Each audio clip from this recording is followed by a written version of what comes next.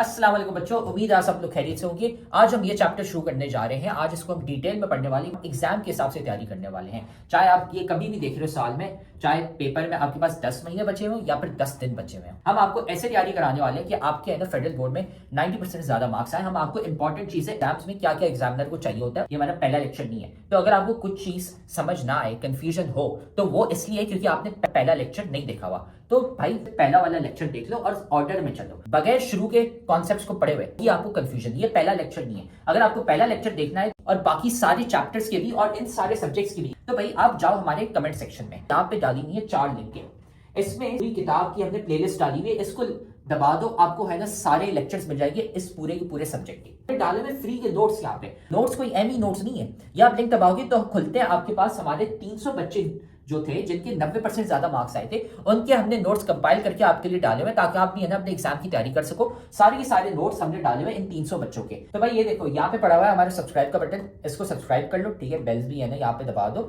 Like करो video को और साथ में जाके कमेंट करो अपना वीकेस्ट चैप्टर। भाई कौन सा चैप्टर है जो तुम्हें बहुत मुश्किल लगता है, बहुत वीक लगता है, हम क्या करेंगे उसका निकालेंगे one shot lecture. One shot lecture एक लंबा सा पूरे चैप्टर का लेक्चर होगा, उसमें हम आपको एग्जाम ओरिएंटेड तैयारी कराने वाले ताकि आपके है ना पेपर में 90% मार्क्स आ सके। तो जाके कमेंट करो कौन सा चैप्टर आपको बहुत मुश्किल लगता है। फिर ये याद रखना कि भाई हमारे लेक्चर्स, हमारे नोट्स, सारे गेस्ट पेपर्स काम के होते हैं। ये 300 बच्चे हैं जिनके है ना 90% ज्यादा मार्क्स आए थे। तो सारा मटेरियल कमेंट सेक्शन में सबसे पहला कमेंट है वहां पे पड़ा हुआ है। और अगर आप भी उन बच्चों की तरह 90% ज्यादा मार्क्स लाना चाहते हैं तो आप भी है ना हमारी बैच ज्वाइन कर सकते हैं, जिसमें हम आपको A to Z सारी तैयारी कराते हैं सारे सब्जेक्ट्स की, है ना। हमारी स्पेशल बैच नंबर 1 है, तो हमें इस व्हाट्सएप नंबर पर मैसेज कर लो। ये सारी चीजें हम आपको देते हैं और एग्जाम के हिसाब से तैयारी कराते हैं। अगर आप भी है ना 90% ज्यादा मार्क्स लाना चाहते हैं, अपने माँ बाप का नाम रोशन करना चाहते हैं। तो अब हम ये लेक्चर शुरू करते हैं। इस टॉपिक को आज डिटेल में हम पढ़ने वाले हैं। सबसे पहले physical quantities are those quantities which can be measured, whereas non-physical quantities are those quantities which cannot be measured. Quantities like length, mass, time, density, temperature can be defined and measured,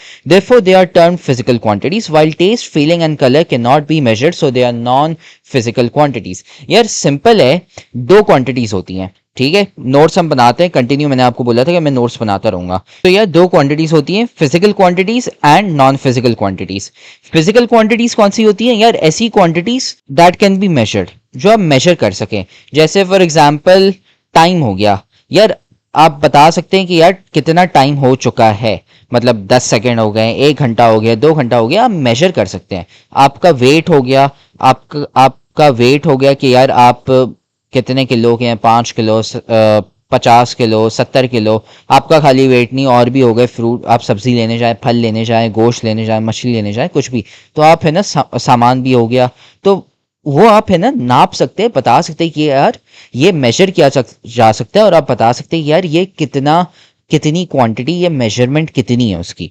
फिर non physical quantities आती हैं। अब quantities that can't be measured, ऐसी quantities जो major नहीं की जा सकती। अब फॉर एग्जांपल रंग हो गया, रंग मैंने बोल दिया भाई हाँ लाल है या हरा है, लेकिन आप उसको मेजर नहीं कर सकते। तो अगर मैं, और उसके अलावा लेट्स से आप बोलते हैं टेस्ट, कि यार अच्छा ये जो मैंने आइसक्रीम खाई है बहुत मीठी है, मीठापन आप कैसे मेजर कर सकते हो? कोई नंबर तो नहीं दे सकते ना। तो अगर मैं सीधा बोलूं तो फिजिकल क्वांटिटीज ऐसी हैं जो मेजर की जाती हैं, और नॉन फिजिकल क्वांटिटीज वो होती हैं जो मेजर नहीं की जा सकती। और हमें पता कैसे चल सकता है कि यार एक क्वांटिटी मेजर हो सकती है, नहीं मेजर हो सकती? आप देखें कि यार उसमें नंबर्स आ रहे हैं या नहीं। जैसे आपका टाइम हो गया, उसमें नंबर है, आप कितने वेट के हो वो भी नंबर है, उसमें भी नंबर है, और भी ऐसी बहुत सारी क्वांटिटीज। लेकिन कलर हो गया, उसमें नंबर नहीं है। तो मेजरमेंट ऐसे पता चल सकता है कि यार ये कैसे है। Measurement of physical quantities consists of numerical magnitude, number representing the size of the quantity, and the unit which it is measured. For example, if the length of the person is 1.65 meters, 1.65 is the numerical magnitude and meter is the unit as shown in figure. To record a measurement, an appropriate unit is chosen and the size of quantity is then found with an instrument having a proper scale. अब सबसे पहले यार measurements की क्यों जाती हैं यार? उससे हमें आइडिया हो कि यार एक चीज कितनी बड़ी है और एक चीज कितनी छोटी है। हम फिजिकल क्वांटिटीज की बात हो रहे हैं। जैसे आप सब्जियां लेने जाते हो, तो आपको पता कैसे चलेगा कि यार आप 10 किलो उठा रहे हो या 1 किलो उठा रहे हो? तो यार हमें नापना होता है, उससे हमें पता चले कि यार एक चीज कितनी बड़ी है, एक चीज कितनी छोटी है। टाइम भी ले लें, आपको पता चले कि यार एग्जाम्स में कितना ज्यादा टाइम है यार कम टाइम है, अगर कम टाइम है तो ज़्यादा पढ़ना पड़ेगा हमें, अगर ज़्यादा टाइम है तो हम चलो आराम आराम से भी पढ़ सकते हैं। तो ऐसे है ना, इसलिए मेजरमेंट्स इंपॉर्टेंट होती हैं। जो चीज़ मैंने अभी आपको बताई है ना, वही चीज़ यहाँ पे लिखी हुई है। ये पढ़ने की ज़रूरत नहीं है, बहुत ही है ना लंबी करके लिखी हुई है, तो आप इसको है ना छोड़ सकते हैं। फिर उसके बाद measurement of a physical quantity consists of a numerical magnitude, number representing the size of the quantity, and the unit in which it is measured. For example, if the length of the person is 1.65 meters, 1.65 is the numerical magnitude and meter is the unit as shown. अच्छा, ये काम का नहीं है यहाँ पे, सिर्फ ये जो दो चीजें ना ये काम की हैं। अब यार जब मैं आपको बोलता हूँ कि जो मछली आपने ली वो 2 किलो की ली, या फिर आपका पेपर 1 महीने बाद है, तो यार आप इसमें देख रहे हैं कि जब भी मैं एक फिजिकल क्वांटिटी बता रहा हूं उसमें 2 पार्ट्स हैं। Let's say for example 10 KG, ठीक है, या फिर मैं कहता हूं 30 सेकंड, तो इसमें सबसे पहले एक नंबर आ रहा है, ठीक है, और फिर एक यूनिट आ रहा है, ठीक है।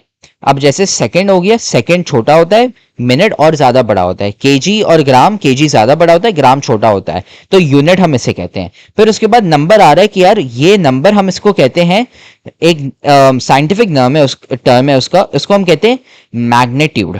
अब मैग्नीट्यूड क्या होता है यार, ये बताता है साइज, कि यार अच्छा सब्जियां ले रहे हो 10 किलो है तो ज्यादा बड़ा है, 1 किलो है तो कम है, ये बता रहा है साइज। चाहे टाइम हो गया, वेट हो गया, कुछ भी हो गया, और फिर यूनिट बता रहा है उसका। भाई ये लेक्चर तो तुम बहुत मजे से देख रहे हो, लेकिन तुम्हें पता है कि लेक्चर देखने से खाली 90% मार्क्स नहीं आ जाते। असल में भाई मार्क्स कैसे आते हैं, तो भाई ये लेक्चर देखने के बाद आपने नोट्स खुद के बनाने होते हैं और फिर साथ में आपने प्रैक्टिस भी करने होते हैं सवाल। भाई ये हमारा फेवरेट कोट है, 90% marks don't come from just hard work, they come from consistency, smart strategy and proper revision. भाई स्मार्ट तरीके से पढ़ो, स्मार्ट तरीका ये हमने आपको बताया हुआ है, तो साथ में हम आपको तरीका भी नहीं बता रहे, साथ में हम आपको दे रहे हैं भाई नोट्स। जाओ कमेंट सेक्शन में, नोट्स में से आपको मिल जाएंगे भाई उन बच्चों के नोट्स, 300 बच्चे थे जिनके 90% ज्यादा मार्क्स आए थे, उनके नोट्स वहां पे पड़े हुए, लेकिन साथ में उधर नीचे हमने आपको सवाल भी दिए हुए प्रैक्टिस के लिए। ये यहाँ पे पूरी गूगल शीट पड़ी हुई है भाई, यहाँ से जाके सवाल प्रैक्टिस करो। खाली ऐसा कुछ नहीं होता कि हाँ हम लेक्चर देखेंगे हमारे मार्क्स आ जाएंगे, नहीं भाई, नोट्स पढ़ने होते हैं और साथ में इनकी प्रैक्टिस भी करनी होती है सवालों की। ठीक है, तो फिजिकल क्वांटिटी यहाँ पे इट इज एक्सप्रेस्ड, ठीक है, मैं यहाँ पे लिखने वाला जो मैंने अभी यहाँ पे आपको समझाया है ना, यहाँ पे ये मैं वही यहाँ पे लिखने वाला हूं। It is expressed as a magnitude and a unit.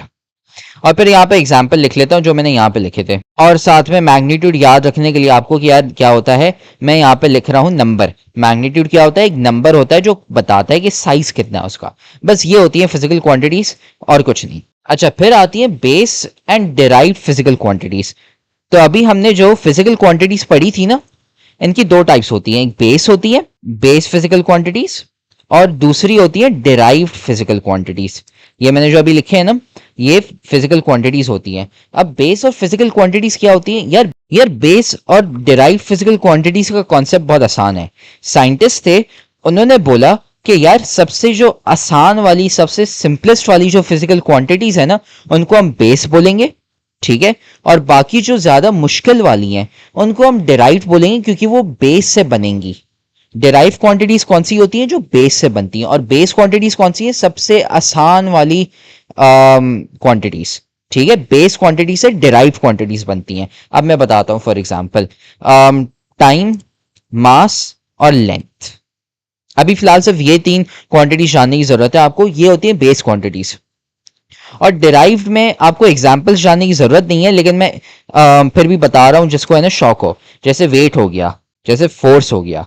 अब यार बेस क्वांटिटीज कौन सी होती है, टाइम हो गया, यार कितना टाइम हो रहा है, seconds, minutes, hours, days etcetera. फिर मास आ गया, और फिर लेंथ आ गया, नापना, डिस्टेंस, ये सब। फिर ये सबसे बेस क्वांटिटीज है, ये अभी 3 आपको सिर्फ जानने की जरूरत है, एमसीक्यूज में शायद आ सकते हैं। फिर उसके बाद डिराइव्ड क्वांटिटीज आती हैं, वेट, फोर्स, स्पीड। वेट जो होता है वो कैसे बना है, वो आपके मास से बना है।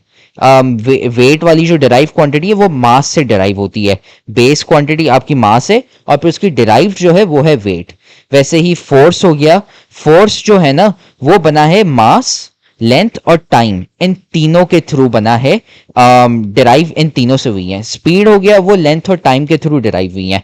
तो सिंपली यार ये आपको अभी जानने की जरूरत नहीं है, ये है ना बाद में आता है, लेकिन अभी फिलहाल सिर्फ शॉर्ट में बेस क्वांटिटीज कौन सी होती हैं? टाइम, मास और लेंथ, ठीक है। और फिर उसके बाद डिराइव क्वांटिटीज कौन सी होती हैं? वेट, फोर्स और स्पीड।